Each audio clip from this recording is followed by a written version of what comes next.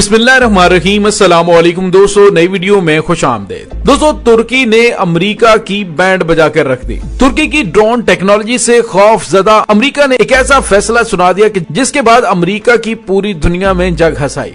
आखिर अमेरिका ने तुर्की के खिलाफ क्या इकदाम उठाए हैं, इन तमाम तफसीलात पर हम आज की वीडियो में बात करेंगे। और तुर्की की ड्रोन टेक्नोलॉजी ने अमेरिका की नींदें क्यों हराम कर दी हैं और अमेरिका इससे ज्यादा खौफजदा क्यों है, इन तफसीलात पर भी हम तफसील से बात करेंगे। वीडियो की तफसील में जाने से पहले आप देख रहे हैं हकीकत की दुनिया डॉक्टर अली के साथ। हमारा चैनल सब्सक्राइब करके घंटी के निशान को दबाना मत भूलिएगा। इस वीडियो को ज्यादा से ज्यादा फेसबुक, व्हाट्सएप और सोशल मीडिया पर शेयर जरूर करें। शेयर और लाइक करने के साथ साथ कमेंट बॉक्स में पाक फौज जिंदाबाद, पाकिस्तान पाइंदाबाद और पाकिस्तान के गुमनाम हीरोज को सलाम का नारा कमेंट जरूर कीजिएगा। दोस्तों, अमेरिका दुनिया की सुपर पावर है, लेकिन अमेरिका की इस खोखली सुपर पावर का अंदाजा इस बात से लगाया जा सकता है कि कोई भी मुल्क जब दिफाई सनत के अंदर आगे बढ़ने लगता है या फिर उसकी आलमी मार्केट के अंदर वैल्यू बनने लगती है, तो साथ ही अमेरिका की जानिब से उसके खिलाफ पाबंदियां शुरू कर दी जाती हैं। खास तौर पर कोई मुसलमान मुल्क ऐसा करता है तो उसके बाद अमेरिका की जानिब से पक्का उसका इंतजाम करने की तैयारियां शुरू कर दी जाती हैं। दोस्तों, तुर्की जो इस वक्त दिफाई टेक्नोलॉजी में इतना आगे बढ़ चुका है कि अमेरिका के इत्तेहादी ममालिक, जिनमें पोलैंड और यूक्रेन और हंगरी भी शामिल हैं, ये ममालिक तक तुर्की के इंतहाई अहम तबाकुन ड्रोन्स को इस्तेमाल कर रहे हैं। दोस्तों, गुज़िश्ता एक साल के दौरान अगर देखें तो दिफाई शोबे में तुर्की की बरामदात गुज़िश्ता बरस की निस्बत 40% ज्यादा बढ़ी है। और दोस्तों, तुर्की की मजमूई बरामदात की मालियत 2.8 अरब अमरीकी डॉलर है। इन बरामदात में सबसे ज्यादा रिकॉर्ड इजाफा तुर्की के मुसल्लह ड्रोन्स में देखा गया है। और दोस्तों, दिसंबर तक हालात वाकयात ये हैं कि तुर्की एक साल के अंदर 3 अरब अमरीकी डॉलर से ज्यादा के ड्रोन पूरी दुनिया में फरोख्त कर चुका है। दोस्तों, अगर तुर्की की दिफाई सनत के गुज़िश्ता 20 बरसों का जायजा लिया जाए तो तुर्की ने हर शोबे में तरक्की की है। 20 बरस पहले सिर्फ 62 दिफाई मंसूबे थे, अब ऐसे मंसूबों की तादाद 750 से तजावुज कर चुकी है, जिनमें से आधे मंसूबे वो हैं जो गुज़िश्ता 5 बरसों के दौरान शुरू किए गए। सन 2020 में कोरोना वबा के बायस दिफाई शोबे में तुर्की की बरामदात में 16% से ज्यादा कमी वाक़ हुई, लेकिन रवां बरस इस कमी को पूरा कर लिया गया और मुसल्लह ड्रोन्स को तुर्की की दिफाई सनत में नुमाया मुकाम हासिल है। दोस्तों, यहाँ पे आपको ये बताते चलें कि गुज़िश्ता 10 सालों के दौरान तुर्की ड्रोन बरामद करने वाला एक बड़ा मुल्क बन चुका है। यूरोपीय मुल्क पोलैंड ने तुर्की से 24 मुसल्लह ड्रोन्स खरीदे हैं। दोस्तों, इन ड्रोनों में टैंक शिकन मिसाइल नस्ब होंगे और ड्रोन्स के साथ साथ पोलैंड उन्हें इस्तेमाल करने के लिए तुर्की से ट्रेनिंग पैकेज भी हासिल कर रहा है। तुर्की तैयारों की पहली खेप 2022 में पोलैंड को फराहम करेगा। और इस वक्त मगरबी ममालिक की जानिब से कहा जा रहा है कि तुर्क ड्रोन टेक्नोलॉजी ने मशरकी यूरोप की जंगों में अपनी अस्करी सलाहियत को साबित कर दिया है।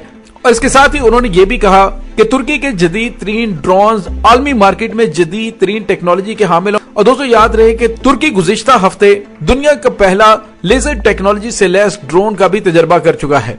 अब ये तमाम सूरत हाल अमेरिका के लिए काफी ज्यादा तशवीशनाक होती जा रही है, क्योंकि अमेरिका पूरी दुनिया में असलहा बेचने का अपना इस्तेहकाक समझता है। और ये कैसे मुमकिन है कि कोई ऐसा मुल्क जो कि मुसलमानों के लिए आवाज भी बुलंद करता हो, असर और रसूख भी रखता हो और अमेरिका के साथ टक्कर लेकर उसके मुखालिफिन से हथियार भी खरीदता हो, उसका नाटो इत्तेहादी भी हो, तो ऐसे में अमेरिका कैसे बर्दाश्त कर सकता है कि वो तरक्की करे। पहले अमेरिका ने तुर्की के लीरा को जमीन बोस करने के लिए तुर्की को सबक सिखाने का मंसूबा बनाया, लेकिन वो मंसूबा तो हो गया नाकाम और तुर्की के सदर रजब तैयब एर्दोगान की जानिब से ऐसी जदीद तरीन मुआशी इस्लाहात नाफिज की गयी कि जिसके बाद तुर्की के लीरा को यकदम जैसे पर लग गए और वो अमेरिकी डॉलर के मुकाबले में बेहतरी की पोजीशन में आ गया।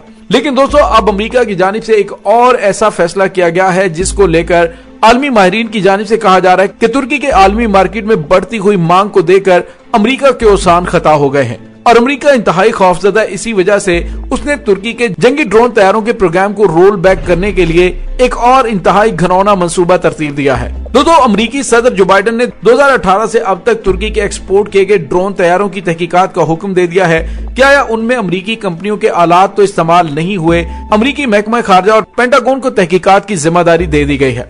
दोस्तों, इस वक्त जब आलमी मार्केट में चीन टेक्नोलॉजी में इतना ज्यादा तरक्की कर चुका है कि वो तमाम ममालिक को न सिर्फ दिफाई पुर्जाजात की फराहमी को यकीनी बना रहा है, बल्कि जो ममालिक टेक्नोलॉजी में इस हद तक आगे बढ़ रहे हैं उनके साथ दिफाई मुआहदे भी कर रहा है। और तुर्की के साथ पाकिस्तान और चीन के अहम तरीन दिफाई मुआहदे और जदीद तरीन हथियार तैयार करने के हवाले से भी बड़े मुआहदे हो चुके हैं। अमेरिका के F-35 जंगी तैयारे के हमपल्ला ایک اسٹیلتھ فائٹر طیارہ تیار کرنے کے حوالے سے بھی کام ہو رہا ہے۔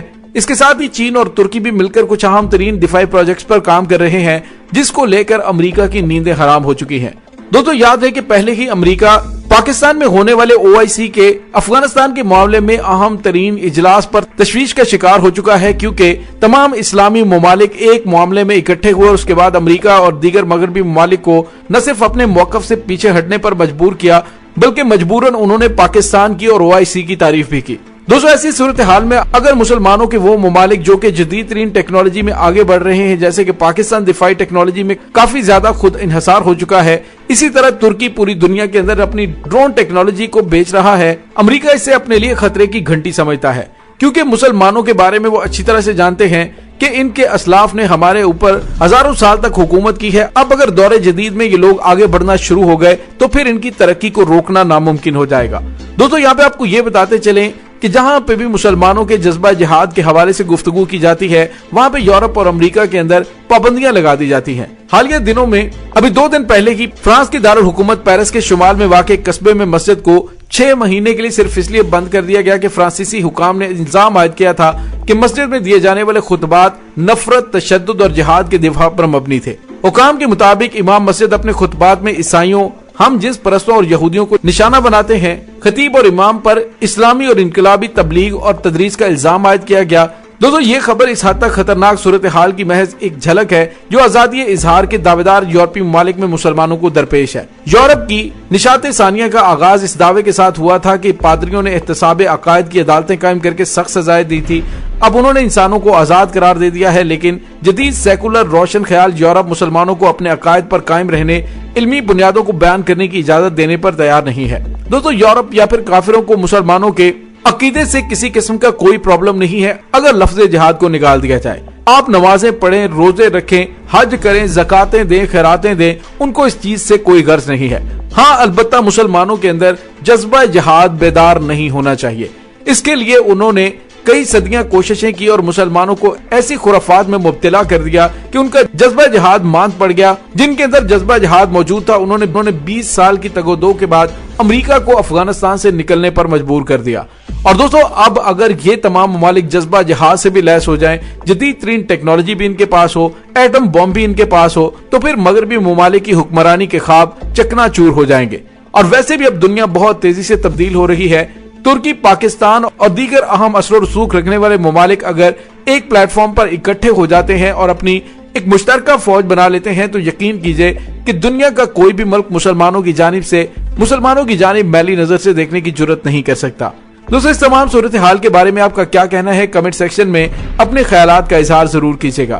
اس کے ساتھ ہی ڈاکٹر علی کو اجازت دیجیے، انشاءاللہ بہت جلد ملتے ہیں ایک نئی ویڈیو میں۔ تب تک کے لیے اپنا بہت سارا خیال رکھیے گا۔ پاک فوج زندہ باد، پاکستان پائندہ باد، پاکستان کے گمنام ہیروز کو سلام، اللہ وارث۔